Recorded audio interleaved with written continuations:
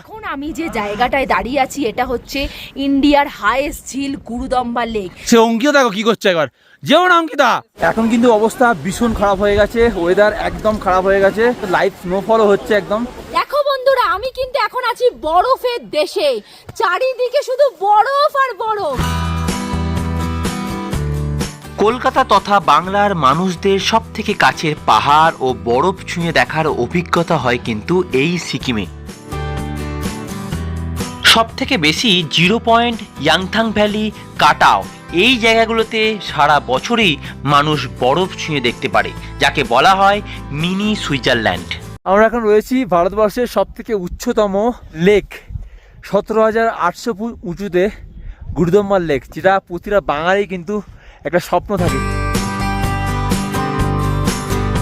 এটা কিন্তু সত্যি, প্রতিটা বাঙালিরই স্বপ্ন থাকে, কিন্তু স্বপ্ন দেখলেই তো হবে না, সত্যি করতে হবে। তাই 5 রাত্রি 6 দিনে সমস্ত কিছু ঘুরিয়ে দেখাবো আপনাদের এই ভিডিওর মাধ্যমে। যারা এখনো পর্যন্ত নর্থ সিকিমের গুরুদম্বার লেক ঘোরোনি তাদেরকে বলবো একবার আসো এই গুরুদম্বার লেক। তবে শুরুটা হোক হাওড়া বা শিয়ালদা স্টেশন থেকে এনজিবির পথে। শুভ সন্ধ্যা বন্ধুরা, রয়েছি এখন শিয়ালদা স্টেশনে, ঘড়ি কাটায় বাজে রাত 9:30। শুরু হয়ে গেছে কিন্তু আমাদের হানিমুন সিরিজ। দীঘা ঘুরে আমরা কিন্তু এখন যাচ্ছি শিয়ালদা থেকে এনজিবির উদ্দেশ্যে। আজ শিয়ালদা থেকে 1 2 3 4 3 রাত 10:15 দার্জিলিং মেলে করে যাব কিন্তু এনজিবি। তো চলুন ভেতরে যাই। গ্যাংটক যেতে গেলে প্রথমে আপনাদের কলকাতা বা হাওড়া স্টেশন থেকে যেতে হবে এনজিপি বা শিলিগুড়ি স্টেশন। তবে শিয়ালদা থেকে উত্তরবঙ্গ যাওয়ার সব থেকে ভালো ট্রেন হচ্ছে দার্জিলিং মেল বা পদাতিক এক্সপ্রেস। আমরা অবশ্য দার্জিলিং মেলে করেই গিয়েছিলাম। Good morning from new Jalpaiguri station. আমাদের দার্জিলিং মেল কিন্তু একদম সময় মতো আমাদের পৌঁছে দিয়েছে এনজিপি স্টেশনে। আর এই নিউ জলপাইগুড়ি স্টেশন থেকে আমাদের যাত্রা শুরু হবে কিন্তু সিকিমের উদ্দেশ্যে। চলো তোমাদেরকে দেখাবো কম খরচে বরফের রাজ্য সিকিম। এনজিপি স্টেশন থেকে এই ট্যুরটা আমরা করেছিলাম একটা প্যাকেজের মধ্যে, এনজিপি থেকে এনজিপি। তাই স্টেশন থেকেই আমরা একটা গাড়ি বুকিং করে চলে গেলাম সোজা গ্যাংটকের উদ্দেশ্যে। আজ সকাল থেকে কিন্তু আকাশের অবস্থা খুব একটা ভালো নেই, পুরো দেখতে পাচ্ছ কালো হয়ে রয়েছে। ওয়েদারটা কিন্তু খুবই সুন্দর, ঠান্ডা ওয়েদার। আর এই ওয়েদারেই চলো বেরিয়ে পড়ি বরফের রাজ্য সিকিমের উদ্দেশ্যে। নিউ জলপাইগুড়ি স্টেশন থেকে গ্যাংটকের দূরত্ব 130 কিলোমিটার, সময় লাগবে যেতে 5 থেকে 6 ঘন্টা। তিস্তা নদীকে পাশে রেখে আমাদের গাড়ি ছুটে চললো গ্যাংটকের উদ্দেশ্যে। চলে এসেছি আমি কিন্তু গ্যাংটকে, বৃষ্টি হচ্ছে দেখতে পাচ্ছ, বেশ ভালোই ঠান্ডা রয়েছে।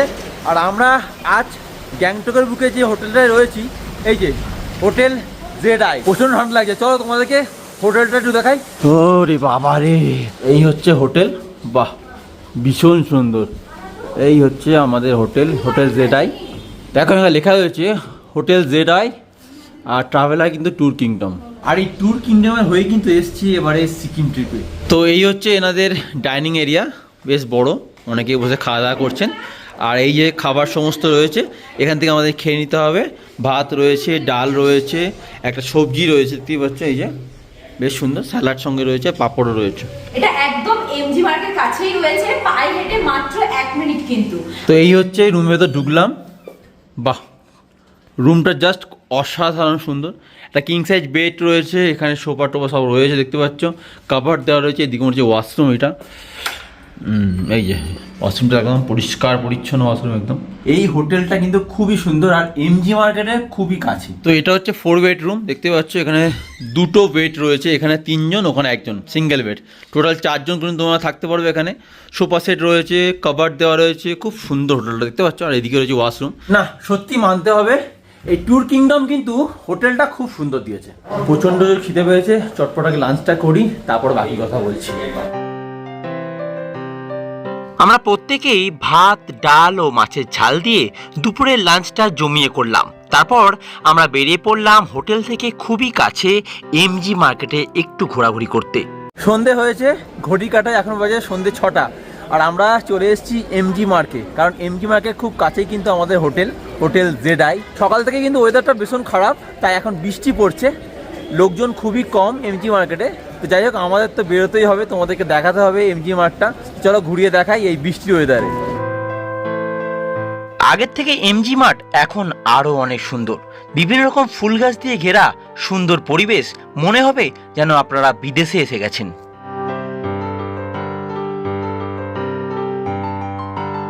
আমরা কিছুক্ষণ ঘোরাঘুরি করে আবার চলে এলাম আমাদের হোটেল জেডাই। সেদিন রাতে ভাত সাথে চিকেন, কেউ কেউ আবার রুটি খেয়ে রাতে ঘুমিয়ে পড়লাম, কারণ পরের দিন ভোর ভোর আমাদের উঠতে হবে এবং যেতে হবে লাচেনের উদ্দেশ্যে। হ্যালো বন্ধুরা, গুড মর্নিং ফ্রম গ্যাংটক। আজকে আমাদের সিকিমের দ্বিতীয় দিন। আমরা গ্যাংটক হোটেলে রয়েছি এখন। এখান থেকে আজকে আমরা কিন্তু লাচেনের উদ্দেশ্যে রওনা দেব। সকাল সকাল ঘুম থেকে উঠে পড়েছি, আর সকালবেলা জাস্ট ঘুম থেকে উঠেই যে হোটেলে রয়েছি জেডাই হোটেল, সেই হোটেল থেকে কাঞ্চনজঙ্ঘাকে অপূর্ব সুন্দর দেখতে লাগছে, তোমাদেরকে দেখাচ্ছি। তার আগে দেখিয়ে দিই, অঙ্কিতা এখানে পুরো রেডি হয়ে গেছে, একদম ব্যাগপত্র আমাদের প্যাক হয়ে গেছে। অঙ্কিতা এখানে চা বানাচ্ছে, চাটা খেয়ে আমরা কিন্তু বেরিয়ে যাব। আর তার আগে তোমাদের দেখিয়ে দিই, জাস্ট ভিউটা একবার দেখো কাঞ্চনজঙ্ঘার।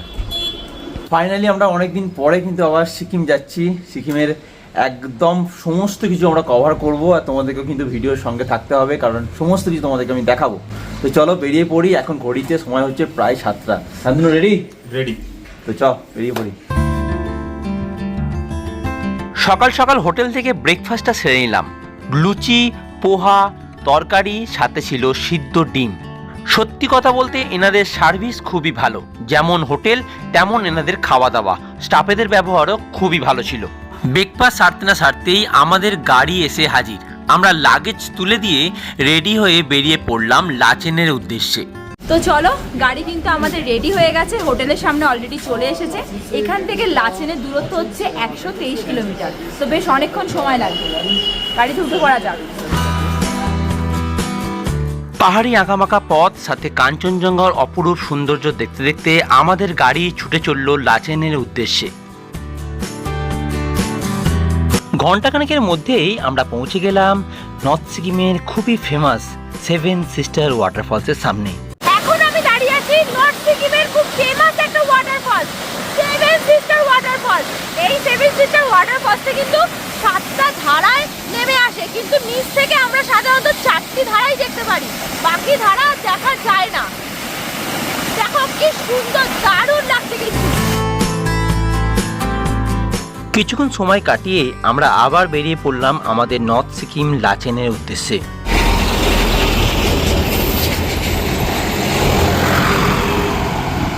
নর্থ সিকিম যাওয়ার পথে আমাদের গাড়ি এখন এসে পৌঁছেছে রাংরাং জিরো পয়েন্টে।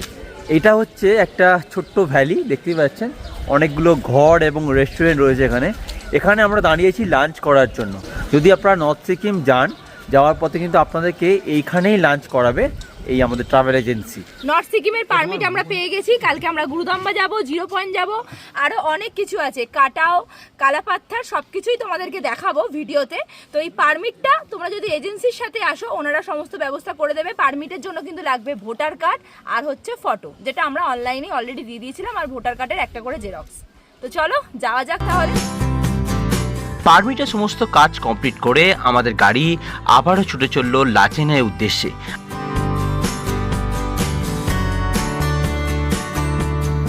পাহাড়ে এলে এইটা কিন্তু একটা বড় সমস্যা, এই ল্যান্ডস্লাইড হওয়ার কারণে কিন্তু অনেকক্ষণ তোমাদেরকে রাস্তাতে ওয়েট করতে হতে পারে। এই দেখুন, রাস্তাটা এখানে পুরো ধস নেমে পড়ে গেছে, একদম রাস্তার উপরেই পড়ে গেছে পাথরগুলো।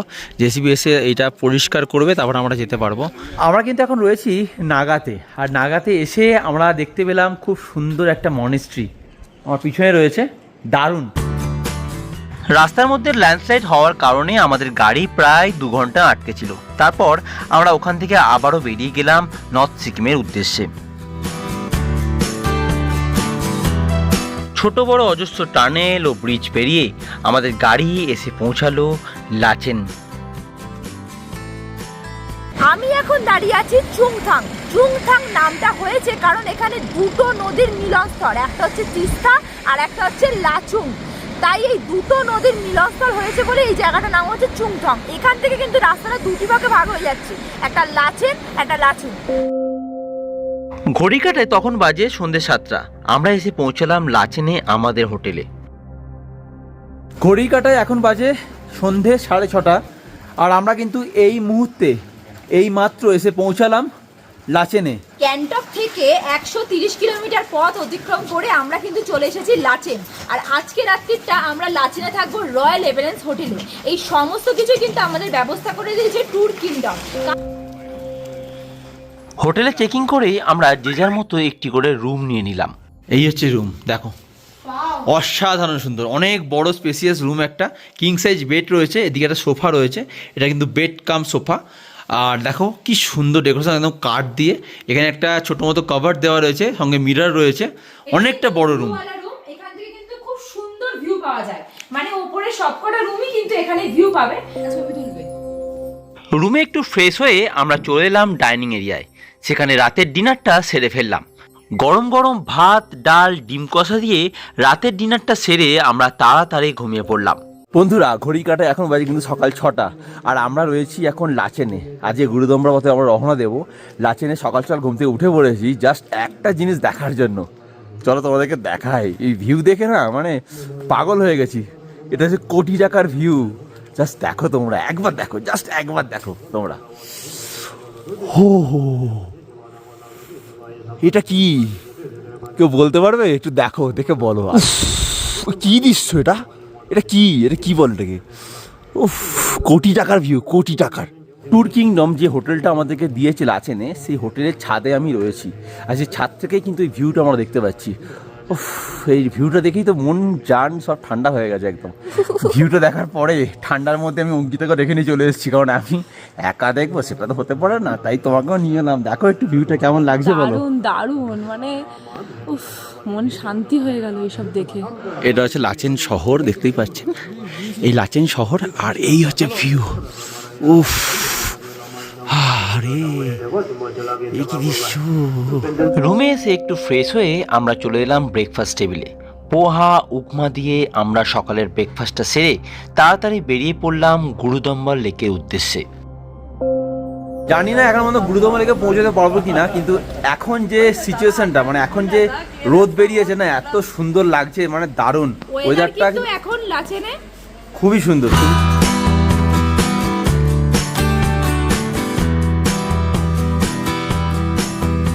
যতদূর চোখ যাচ্ছে দূরের পাহাড়গুলো পুরো সাদা চাদরে মুড়ে আছে, আর তারই মধ্যে কালো পিচের রাস্তা দিয়ে আমরা ছুটে চললাম গুরুদম্বার পথে।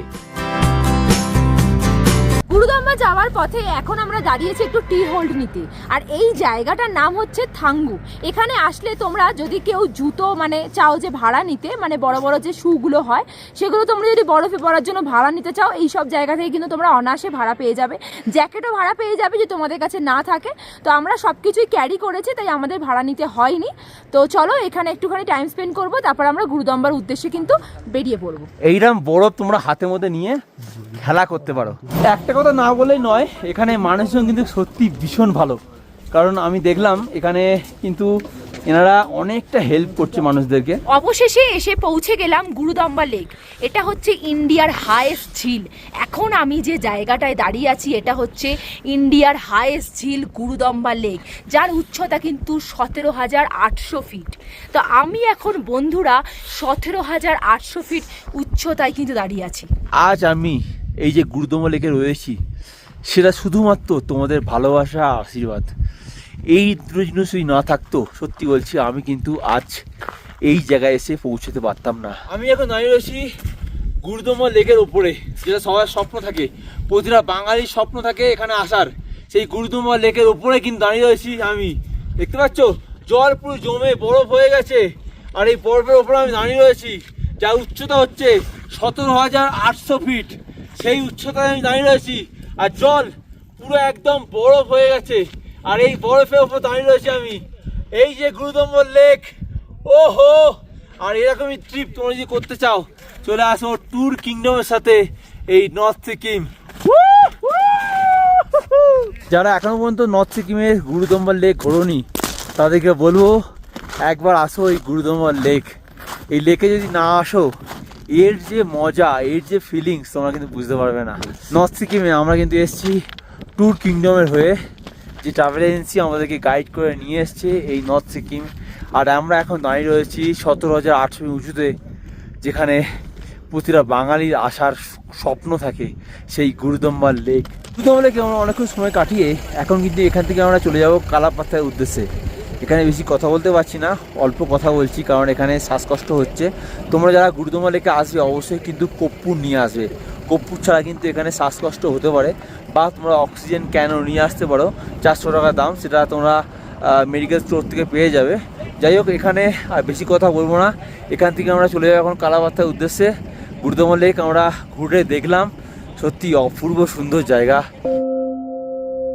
গুরুদম্বা লেকে অনেকক্ষণ সময় কাটিয়ে আমরা আবার ছুটে চললাম কালাপাত্থারের উদ্দেশ্যে। গুরুদম্বা লেক থেকে যার দূরত্ব প্রায় 30 কিলোমিটার। দেখো বন্ধুরা, আমি কিন্তু এখন আছি বরফের দেশে, চারিদিকে শুধু বরফ আর বরফ। আমি এখন যে জায়গাটা রয়েছি, এই জায়গাটার নাম হচ্ছে কালাপাত্থার। কালাপাত্থার নামটা হয়েছে কারণ এখানে পাহাড়গুলো দেখতে পাচ্ছ পুরো কালো কালো। এই জায়গার উচ্চতা হচ্ছে 14 ফিট। গুরুদম্বার থেকে নিচে হতে পারে, কিন্তু বরফ ভাই এখানে প্রচুর রয়েছে, প্রচুর রয়েছে। গুরুদম্বার থেকে বেশি বরফ পাবে এখানে আসলে বলতে পারি। আর তবে হ্যাঁ, গুরুদম্বাটা কিন্তু আমাদের প্যাকেজের মধ্যে রয়েছে।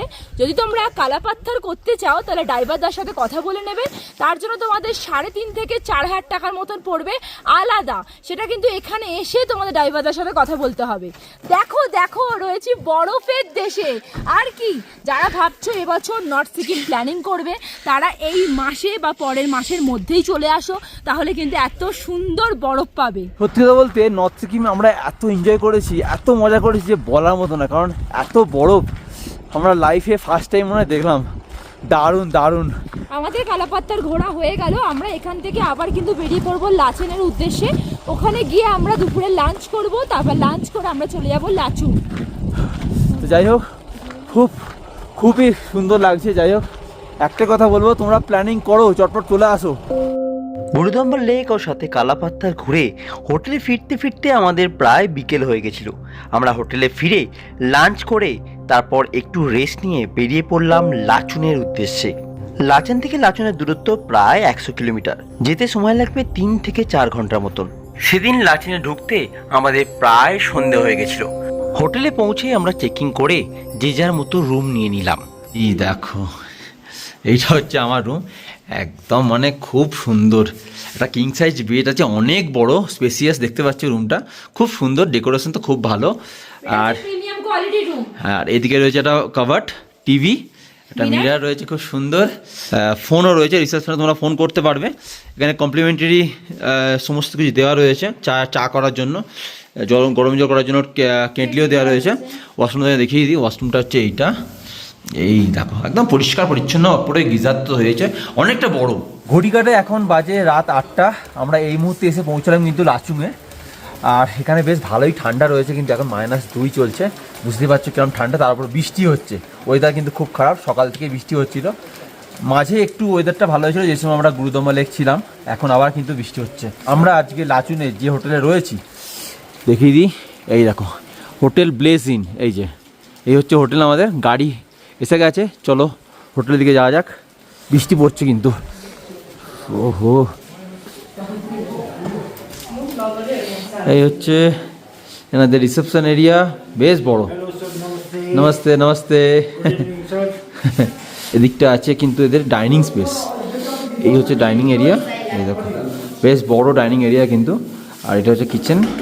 সত্যি বলছি, একদম প্রিমিয়াম কোয়ালিটির হোটেল কিন্তু এই ব্লেস ইন হোটেলটা।